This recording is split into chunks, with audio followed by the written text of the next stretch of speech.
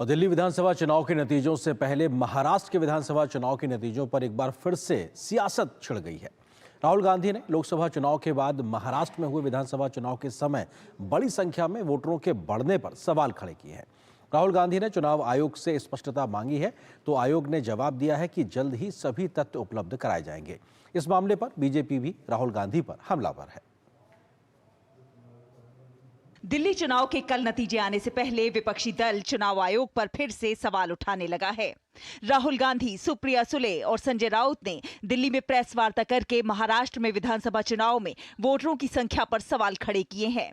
राहुल गांधी ने आरोप लगाया है कि 2024 के लोकसभा चुनाव के बाद महाराष्ट्र में हुए विधानसभा चुनाव के समय लाखों की संख्या में वोटरों में इजाफा हुआ है, लेकिन चुनाव आयोग इसके आंकड़े उपलब्ध नहीं करा रहा है। देखिए, हम आरोप नहीं लगा रहे हैं, लगाना चाहिए मगर हम लगा नहीं रहे। हम आपसे सिर्फ महाराष्ट्र की वोटर लिस्ट मांग रहे हैं। विपक्षी दलों के आरोपों के बाद बीजेपी ने पलटवार किया है। महाराष्ट्र के मुख्यमंत्री देवेंद्र फडणवीस ने कहा है कि दिल्ली में मिलने वाली हार से पहले राहुल गांधी गलत नैरेटिव फैलाकर असल मुद्दों से ध्यान भटकाने की कोशिश कर रहे हैं। वोटर्स कहां से आए, वोटर कहां आए, किसका नाम काटा, इसका सारा जवाब इलेक्शन कमीशन ने दिया हुआ है, इसलिए उसका अलग से जवाब देने की कोई आवश्यकता भी नहीं है। राहुल गांधी एक प्रकार से कवर फायरिंग कर रहे हैं, क्योंकि उनको पता है 8 तारीख को दिल्ली के रिजल्ट के बाद उनकी पार्टी का दिल्ली में नामो निशान समाप्त होने वाला है। इसलिए उस दिन क्या बोलना और किस प्रकार से नया नैरेटिव तैयार करना, इसकी प्रैक्टिस वो कर रहे हैं।